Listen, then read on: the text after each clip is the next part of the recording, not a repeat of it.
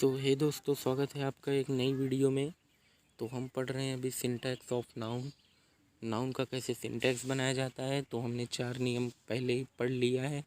अगर आप लोगों ने वो वीडियोस नहीं देखी तो लिंक आपको डिस्क्रिप्शन बॉक्स में मिल जाएगी। चारों नियम की जाइए, पहले आप वो देख लीजिए। तो आज हम पढ़ेंगे नियम नंबर 5। तो चलिए शुरू करते हैं। तो देखिए, मैंने यहाँ पर कुछ नाउन लिख दिए हैं, पहले हम इनको पढ़ते हैं। क्या लिखा है मैंने? तो जैसे कि देखिए, मैंने लिखा है डजन, थाउजेंड, स्कोर, 100 एक्सेट्रा। तो ये सब माप तौल वाली चीज़ें हैं। तो इनके पहले अगर कोई संख्या रहती है, ध्यान से सुनिएगा, अगर इनके पहले कोई संख्या रहती है तो इनका प्लूरल नहीं बनता है, ये बात ध्यान रखिएगा। और अगर इनके पहले संख्या नहीं रहती तो उनका प्लूरल भी बनता है और उनके बाद ऑफ का भी प्रयोग किया जाता है इत्यादि के पहले। देखिए जो मैंने ऊपर लिखा है, अगर इनके पहले कोई संख्या रहती है तो इनका प्लूरल नहीं बनेगा, अर्थात ये सिंगुलर ही रहेंगे। लेकिन अगर इनके पहले संख्या नहीं रहती तो इनका प्लूरल भी बनता है और इनके बाद ऑफ का भी प्रयोग किया जाता है। तो आइए हम इनको कुछ एग्जाम्पल की मदद से समझते हैं। तो मैंने देखिए नीचे कुछ एग्जाम्पल लिखा है, चलिए इसको समझते हैं।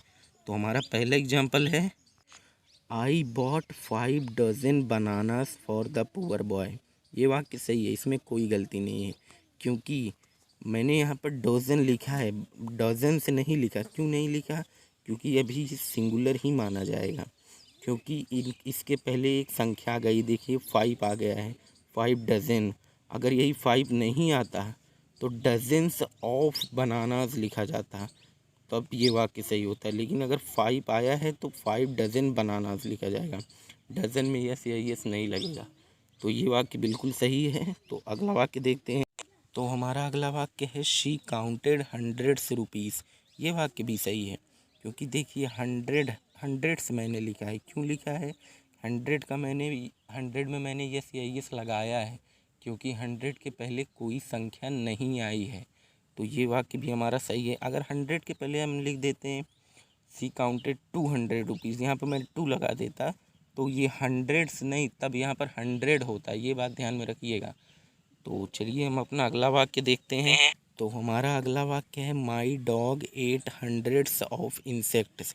ये वाक्य भी सही है। क्यों सही है? क्योंकि हंड्रेड्स मैंने लिखा इसलिए है, इसमें यस या यस इसलिए लगाया है क्योंकि इसके पहले देखिए कोई संख्या नहीं आई है।